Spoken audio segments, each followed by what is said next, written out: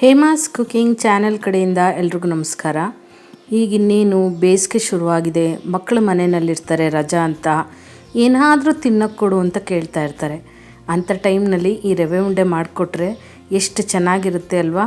ಬೇಗನೂ ಆಗುತ್ತೆ, ಮನೇಲಿರುವಂಥ ಸಾಮಗ್ರಿಗಳಿಂದನೇ ಮಾಡುವಂಥದ್ದು. ಬನ್ನಿ ಈಗ ಮಾಡೋದು ಹೇಗೆ ಅಂತ ನೋಡೋಣ. ಈಗ ಒಂದು ಪ್ಯಾನನ್ನು ಬಿಸಿಗಿಟ್ಟು ಅದಕ್ಕೆ ಸುಮಾರು 2 ಟೀ ಸ್ಪೂನಷ್ಟು ತುಪ್ಪನ ಹಾಕ್ಕೋಬೇಕು. ತುಪ್ಪ ಸ್ವಲ್ಪ ಬಿಸಿ ಆಗ್ತಾ ಇದ್ದಂಗೆ ಗೋಡಂಬಿನ ಹಾಕ್ಕೊಂಡು ಮೊದಲು ಇದನ್ನು ಕಂದು ಬಣ್ಣ ಬರೋವರೆಗೂ ಚೆನ್ನಾಗಿ ಫ್ರೈ ಮಾಡ್ಕೋಬೇಕು. ನೀವು ಗೋಡಂಬಿ ಜೊತೆಗೆ ಬಾದಾಮಿನ ಕೂಡ ಸಣ್ಣದಾಗಿ ಹೆಚ್ಚಿಬಿಟ್ಟು ಹಾಕ್ಕೋಬೋದು, ಅದು ಕೂಡ ಚೆನ್ನಾಗಿರುತ್ತೆ. ಈಗ ಗೋಡಂಬಿ ಸ್ವಲ್ಪ ಫ್ರೈ ಆಗ್ತಾ ಇದ್ದಂಗೆ ಇದಕ್ಕೆ ದ್ರಾಕ್ಷಿನ ಸೇರಿಸ್ಕೊಂಡು ಇದೆರಡನ್ನು ಹುರ್ಕೋಬೇಕಾಗತ್ತೆ. ರವೆ ಉಂಡೆಗೆ ಗೋಡಂಬಿ ದ್ರಾಕ್ಷಿ ಇಷ್ಟೇ ಪ್ರಮಾಣ ಅಂತ ಏನಿಲ್ಲ. ನಿಮಗೆ ಇಷ್ಟ ಇದ್ದರೆ ಇದನ್ನು ಜಾಸ್ತಿ ಹಾಕ್ಕೋಬೋದು, ಇಲ್ಲ ನಮಗೆ ಅಲ್ಲೊಂದು ಇಲ್ಲೊಂದು ಮಧ್ಯದಲ್ಲಿ ಒಂದೊಂದು ಸಿಕ್ಕಿದ್ರೆ ಸಾಕು ಅನ್ನೋರು ಕಮ್ಮಿ ಕೂಡ ಹಾಕ್ಕೋಬೋದು. ಅದು ನಿಮ್ಮ ಚಾಯ್ಸು, ನಿಮಗೆ ಹೇಗೆ ಬೇಕೋ ಹಾಗೆ. ಈಗ ನೋಡಿ ಎಲ್ಲ ಚೆನ್ನಾಗಿ ಗೋಡಂಬಿ ದ್ರಾಕ್ಷಿ ಎಲ್ಲ ಹುರಿದಿದ್ದಾಗಿದೆ. ಈಗ ಇದನ್ನು ಒಂದು ಪ್ಲೇಟ್ಗೆ ತೆಗೆದಿಟ್ಕೊಂಡು ಬಿಡೋಣ. ಇದೇ ತುಪ್ಪದಲ್ಲೇ ನಾವು ರವೆನ ಕೂಡ ಹುರ್ಕೋಬೇಕಾಗತ್ತೆ. ಹಾಗಾಗಿ ಗೋಡಂಬಿ ದ್ರಾಕ್ಷಿನ ಹುರಿದು ಮೊದಲು ತೆಗೆದಿಟ್ಕೊಂಡು ಬಿಡೋಣ. ನಾನಿಲ್ಲಿ ಇವತ್ತು ಬಾಂಬೆ ರವೆನ ಉಪಯೋಗಿಸಿ ರವೆ ಉಂಡೆ ಮಾಡೋದನ್ನು ತೋರಿಸ್ತಾ ಇದ್ದೀನಿ. ಇದಕ್ಕೆ ನಾನಿಲ್ಲಿ ಸುಮಾರು 1 ಲೋಟದಷ್ಟು ರವೆನ ತೊಗೊಂಡಿದ್ದೀನಿ. ನೀವು ಬೇಕಿದ್ರೆ ಇದನ್ನು ಕಪ್ ಅಳತೆನಲ್ಲಿ ಕೂಡ ತೊಗೋಬೋದು. 1 ಲೋಟದಷ್ಟು ಬಾಂಬೆ ರವೆನ ಮೊದಲು ತುಪ್ಪದಲ್ಲಿ ಚೆನ್ನಾಗಿ ಹುರ್ಕೋಬೇಕು. ಬಾಂಬೆ ರವೆ ಇಷ್ಟ ಇಲ್ಲ ಅನ್ನೋರು ಚಿರೋಟಿ ರವೆ ಕೂಡ ಉಪಯೋಗಿಸ್ಕೋಬೋದು, ಅದು ಕೂಡ ಚೆನ್ನಾಗಿರುತ್ತೆ. ಯಾವುದಾದ್ರೂ ಪರವಾಗಿಲ್ಲ, ಬಾಂಬೆ ರವೆ ಅಥವಾ ಚಿರೋಟಿ ರವೆ. ಹಾಗಂತ ಬನ್ಸಿ ರವೆನ ಉಪಯೋಗಿಸ್ಕೊಬಿಡಿ, ಅದು ಚೆನ್ನಾಗಿರಲ್ಲ. ಈಗ ಇದನ್ನು ಗ್ಯಾಸ್ನ ಲೋ ಫ್ಲೇಮ್ನಲ್ಲಿ ಇಟ್ಕೊಂಡು ಚೆನ್ನಾಗಿ ನಾವು ರವೆನ ಹುರ್ಕೋಬೇಕಾಗತ್ತೆ. ಇದೇ ಮುಖ್ಯವಾದ ಘಟ್ಟ ಅಂತಲೇ ಹೇಳ್ಬೋದು. ರವೆ ಒಂದು ನೀಟಾಗಿ ಹುರ್ಕೊಂಡು ಬಿಟ್ಟರೆ ನಿಮಗೆ ರವೆ ಉಂಡೆ ಟೇಸ್ಟ್ ಕೂಡ ಹಾಳಾಗೋದಿಲ್ಲ, ಚೆನ್ನಾಗಿ ಬರುತ್ತೆ. ತಳ ಹತ್ತದೇ ಇರೋಂಗೆ, ಹಾಗೆ ಇದು ಕಲರ್ ಚೇಂಜ್ ಆಗದೇ ಇರೋ ಥರ ನೋಡಿಕೊಂಡು ರವೆನ ಹುರ್ಕೋಬೇಕಾಗತ್ತೆ. ಈ ರವೆ ಉಂಡೆ ಏನಂದರೆ ಸುಮಾರು ಜನ ಸುಮಾರು ರೀತಿನಲ್ಲಿ ಮಾಡ್ತಾರೆ. ಸಕ್ಕರೆ ಪಾಕ ತೆಗೆದು ಮಾಡ್ತಾರೆ, ಹಾಲು ಹಾಕಿ ಮಾಡ್ತಾರೆ, ಹೀಗೆ ಸುಮಾರು ವೆರೈಟಿನಲ್ಲಿ ಮಾಡ್ತಾರೆ. ನಾನಿವತ್ತು ನಮ್ಮಮ್ಮ ಮಾಡ್ತಾ ಇದ್ದಂಥ ವಿಧಾನದಲ್ಲಿ, ಅಂದರೆ ಹಾಲು ಹಾಕಿ ರವೆ ಉಂಡೆ ಮಾಡೋದು ಸಾಂಪ್ರದಾಯಿಕವಾಗಿ ಹೇಗೆ ಅಂತ ತೋರಿಸ್ಕೊಡ್ತಾ ಇದ್ದೀನಿ. ನೆನಪಿರಲಿ, ಆದಷ್ಟು ಗ್ಯಾಸ್ನ ಲೋ ಫ್ಲೇಮ್ನಲ್ಲಿ ಇಟ್ಕೊಂಡು ಹುರ್ಕೊಳ್ಳೋದು ಒಳ್ಳೆಯದು. ಈಗ ರವೆ ಎಲ್ಲ ಹುರಿದಿದ್ದಾಗಿದೆ, ಇನ್ನೇನು ಇಳಿಸ್ತೀನಿ ಅನ್ನೋವಾಗ ಇದಕ್ಕೆ ಅರ್ಧ ಕಪ್ಪಷ್ಟು ಒಣಕೊಬ್ಬರಿನ ಸೇರಿಸ್ಕೋಬೇಕು. ಒಣಕೊಬ್ಬರಿನ ಆದಷ್ಟು ಸಣ್ಣದಾಗಿ ತುರಿದಿಟ್ಕೊಂಡ್ರೆ ಒಳ್ಳೆಯದು. ಈಗ ದಪ್ಪ ತುರಿನಲ್ಲಿ ತುರಿದ್ಬಿಟ್ರೆ ಏನಾಗುತ್ತೆ, ಉಂಡೆ ಕಟ್ಟಿ ನಾವು ತಿನ್ನೋವಾಗ ಆ ಕೊಬ್ಬರಿ ಉದ್ದುದ್ದ ಸಿಕ್ಕದಂಗೆ ಆಗುತ್ತೆ, ಮತ್ತು ಈ ರವೆ ಉಂಡೆ ಜೊತೆಗೆ ಅಷ್ಟು ಚೆನ್ನಾಗಿ ಹೊಂದ್ಕೊಳ್ಳೋದಿಲ್ಲ. ಹಾಗಾಗಿ ಇದನ್ನು ನೀವು ಬೇಕಿದ್ರೆ ಒಂದು ರೌಂಡು ಮಿಕ್ಸಿಗೆ ಹಾಕ್ಕೊಂಡು ಬಿಡ್ಬೋದು ಒಣಕೊಬ್ಬರಿನ. ಇಲ್ಲ ಅಂದರೆ ಸಣ್ಣ ತುರಿನಲ್ಲಿ ಆದಷ್ಟು ಸಣ್ಣದಾಗಿ ಹುರ್ಕೊಂಡ್ರೆ, ಅಂದರೆ ತುರ್ಕೊಂಡ್ರೆ ಒಳ್ಳೆಯದು. ಈ ಒಣಕೊಬ್ಬರಿನ ಕೂಡ ಒಂದು ಸ್ವಲ್ಪ ಫ್ರೈ ಮಾಡ್ಕೊಂಡಾಗ ಏನಾಗುತ್ತೆ ಅಂದರೆ ಇದರಲ್ಲಿ ಇರುವಂಥ ತೇವಾಂಶ ಕೂಡ ಹೋಗಿ ಡ್ರೈ ಆಗಿ ನಿಮಗೆ ರವೆ ಉಂಡೆ ತುಂಬ ದಿನ ಇಟ್ಟರೂ ಕೂಡ ಹಾಳಾಗೋದಿಲ್ಲ. ಈಗ ಇದಕ್ಕೆ ಅರ್ಧ ಲೋಟದಷ್ಟು ಸಕ್ಕರೆನ ಸೇರಿಸ್ಕೊತಾ ಇದ್ದೀನಿ. ಅಂದರೆ 1 ಕಪ್ ರವೆಗೆ ಅರ್ಧ ಕಪ್ಪಷ್ಟು ಒಣಕೊಬ್ಬರಿ ತುರಿ, ಅರ್ಧ ಕಪ್ಪಷ್ಟು ಸಕ್ಕರೆ ಕರೆಕ್ಟ್ ಮೆಷರ್ಮೆಂಟ್ ಆಗುತ್ತೆ. ಈಗ ನೋಡಿ, ನಾನಿಲ್ಲಿ ಗ್ಯಾಸ್ನ ಆಫ್ ಮಾಡಿದ್ದೀನಿ, ಹಾಗೇ ಸಕ್ಕರೆನ ಮಿಕ್ಸ್ ಮಾಡ್ಕೊತಾ ಇದ್ದೀನಿ. ರವೆ ಮತ್ತು ಪಾತ್ರೆ ಎಲ್ಲ ಬಿಸಿ ಇರೋದ್ರಿಂದ ಆ ಬಿಸಿಗೇನೆ ನಿಮಗೆ ಸಕ್ಕರೆ ಸ್ವಲ್ಪ ಕರಗ್ದಂಗೆ ಆಗಿರುತ್ತೆ. ನೀವು ಮತ್ತೆ ಸ್ಟವ್ ಗ್ಯಾಸ್ ಎಲ್ಲ ಆನ್ ಮಾಡಿಕೊಂಡು ಸಕ್ಕರೆ ಎಲ್ಲ ಕರಗಿಸೋ ಅವಶ್ಯಕತೆ ಏನಿಲ್ಲ.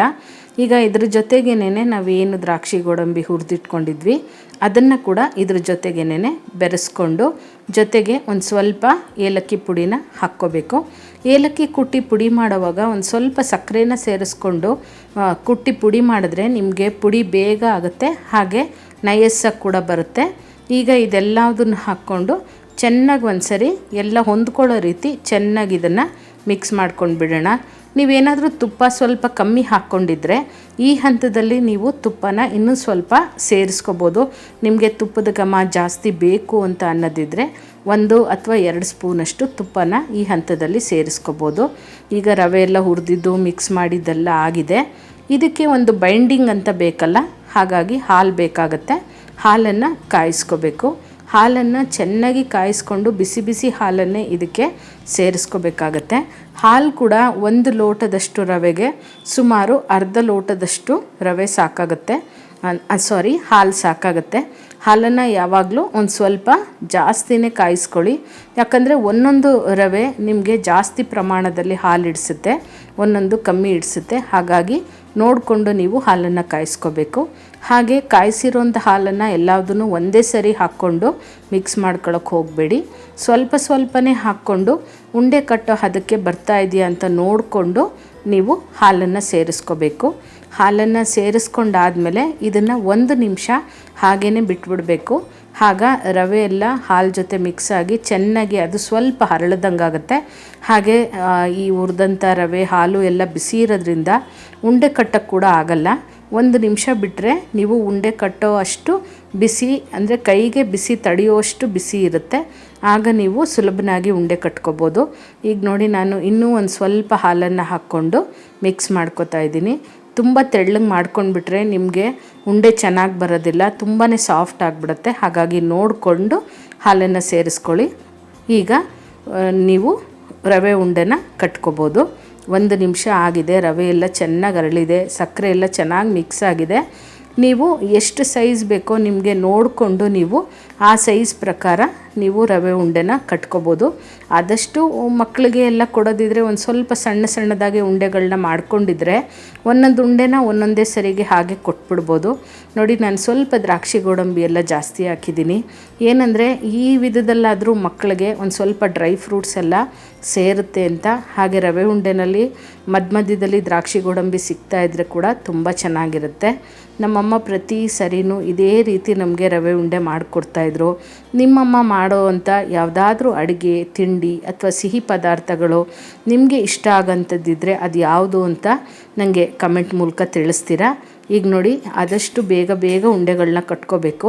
ಹಾಗೂ ನಿಮಗೆ ಮಧ್ಯದಲ್ಲಿ ಸ್ವಲ್ಪ ಕಟ್ಟಿದ್ದಾದಮೇಲೆ ಡ್ರೈ ಅಂತ ಅನಿಸಿತು ಅಂದರೆ ಇನ್ನೂ ಒಂದು ಸ್ವಲ್ಪ ಹಾಲನ್ನು ಚಿಮ್ಕಿಸ್ಕೊಂಡು ನೀವು ರವೆ ಉಂಡೆನ ಕಟ್ಕೋಬೋದು, ತೊಂದರೆ ಇಲ್ಲ. ಯಾಕಂದರೆ ರವೆ ಹಾಲನ್ನು ಹೀರ್ಕೋತಾ ಇರುತ್ತೆ. ಹಾಗಾಗಿ ನೋಡಿ, ನಿಮ್ಮ ಜೊತೆ ಮಾತಾಡ್ತಾ ರವೆ ಉಂಡೆ ಎಲ್ಲ ಕಟ್ಟಿದ್ದಾಗೆ ಹೋಯಿತು.